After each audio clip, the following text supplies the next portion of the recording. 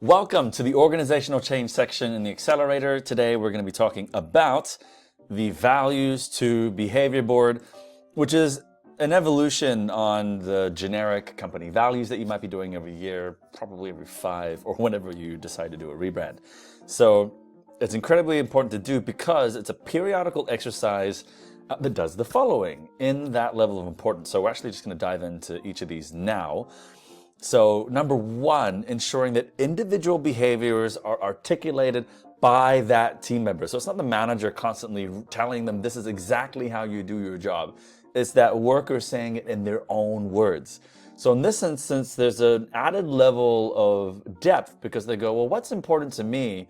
And if doing things on time is important to me, then this is exactly how I would do that in order to do things on time. So this alone is worth doing. So because sustainability work is integrity work, if you've announced, because you've announced to the world, you told your clients, your team, your stakeholders and shareholders that you're going to do something, then you better do that thing.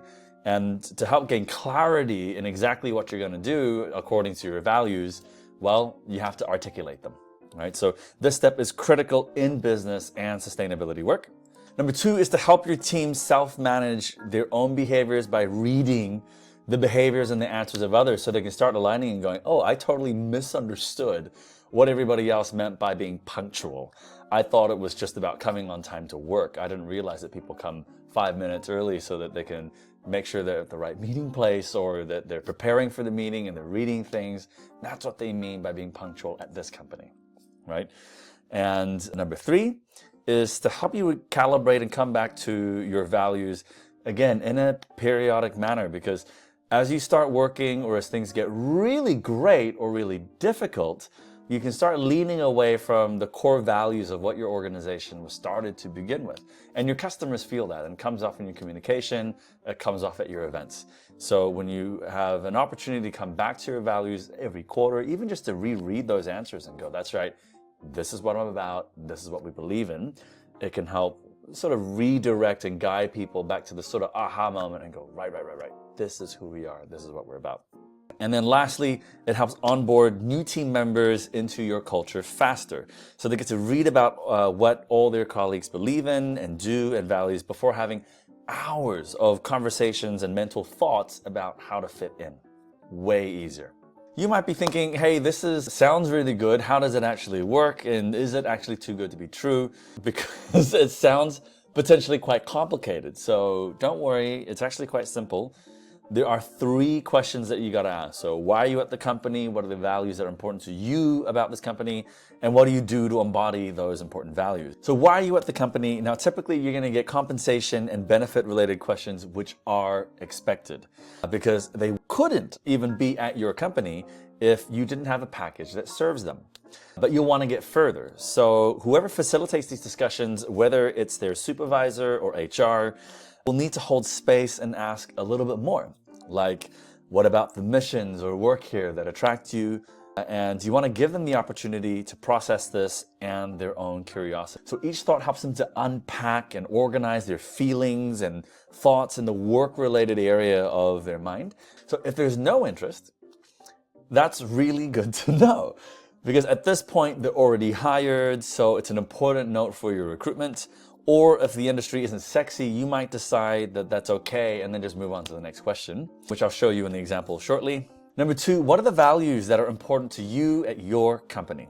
So this shouldn't be written as a one-word answer. If you get something kind of vague, inquire further about, without bias. So if they say adaptability, well, that's not enough because it can mean different things for different people. So a good follow-up question for you would be like, well, and what does that mean for you?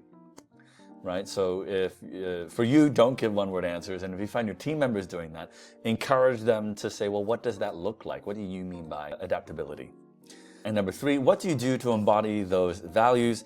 Here, you're writing down clear actions to those values. So what are exactly the day-to-day things that come out?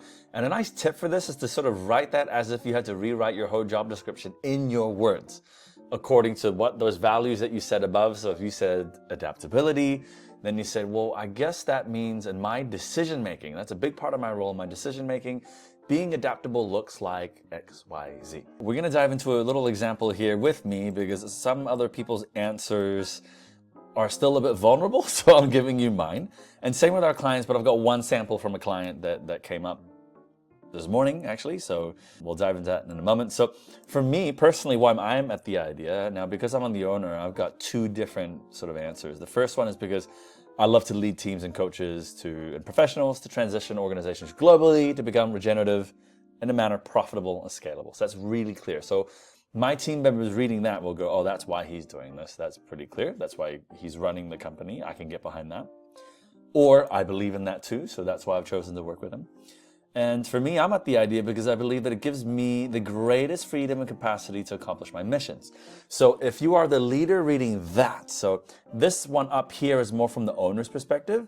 This one up here from a leadership or owner's perspective, you're looking at this and going, that's why people are here. If I give them more freedom, is that what they're looking for? Or if I just take certain decisions that reduce that freedom, maybe they don't want to work here anymore. So those are just thoughts that come up strategically that make you think, how if you make certain key decisions that could be impacting the mission or impacting people's day-to-day work, it won't come as a surprise if your turnover changes or if your attrition improves, right? So here for an example, we actually had somebody who was a tour guide as part of a company in Malaysia, and they said that one of their values to be warm and caring. They actually described that a little bit more, but it was still a bit unclear. So they say usually our tours are in a small group compared with big bus groups. And it is easier to take care of small groups to show our caring towards the group. Well, what do you mean by take care? Okay, so just mine. See, my tone was almost condescending. So if you were to ask that in person, hey buddy, so what do you mean by take care? So you said warm and caring, what does that look like? And it's really good to see this is the difference that you are thinking about. Right? So I can see why you probably wouldn't go to our competition, which are doing things this way. You actually prefer things a little bit more intimate. Right? So that's an example there. Now, it's up to them to then describe that. So you saw that I just gave you an honest answer on what my thoughts are on this, but it's much more useful when it comes from them. So come back to this and make sure that they're articulating that in their words. So when it comes to warmth and care, they go, what do I mean by warmth and care? And if this is what I mean, how could I do more of that? Or how could I be more concise or more precise with my warmth and care so my customers feel that from us? And second one is, what are the values that are important to you with the idea? So for me, I've written them down, again, not as single word answers, but just coming back to that example on punctuality, I mean doing it on time, the whole thing on time, an entire project on time. Doesn't mean turning up to a meeting 10 minutes early, having read the meeting, that's nice. But if you're supposed to have done something by then, do it, because you can't move Christmas. Right? So with us, we've got entire campaigns that are based around commercial calendars. So if we can't move Christmas, so if we can't do something on time, then we're not exactly professionals, are we? You know, and what I mean by communicating clearly and what I mean by we're not a family, we're a team. You're not my son. I don't have to love you, but I rely on you. And that's also, in my opinion, something even greater because I choose to bring you on board of the team and I choose to support you. And then if you have team members who choose you, you will, in my opinion, never be lonely again. So my team members have read that and they've said that that's actually made them feel better because other companies have said that they're like a family and actually also operate like a family. So certain conflict becomes quite public sometimes, something that I wanted to avoid. So what do you do to embody those important values? So for me, here are some core areas that I write. So for me, decision making means mediating short-term to long-term objectives to long-term strategy while embodying those values. I can copy and paste some of those things so you can get a deeper read. But you can see that it's not simple one-word answers, and I need to actually explain them with a lot more clarity and depth. I didn't want to ramble at you on my values because it just becomes preachy. So there's no better way of actually learning how to do this than actually do it. So here's some core tips just to summarize what we said today. The value is in the process, as you can see in the examples, and you want to make the board internally public so other people can read it. You want to be very specific and you want to hold space and let others answer on their own and ask really great questions. And of course, get a facilitator. Now, I'm going to show you an example right now of what that looks like, holding space. The most important tip, here we go, getting curious. I would like to ask for market third value relationship and value from money achievement. What does it mean on the last sentence? That means sometimes we will decline work because there's no match. Oh, good question. Yeah. So sometimes when I speak to potential partners, I feel that it's all about money. They have no idea that we're doing something bigger than just selling tours. We are not just selling tours, we're selling an experience. And if I feel that they don't see that, I decide not to continue with them. Okay. Thank you for making clear. Why is that? Because they will start complaining about the things that we're not doing, and we're not doing them because they're not important for people who want to experience the things that we share.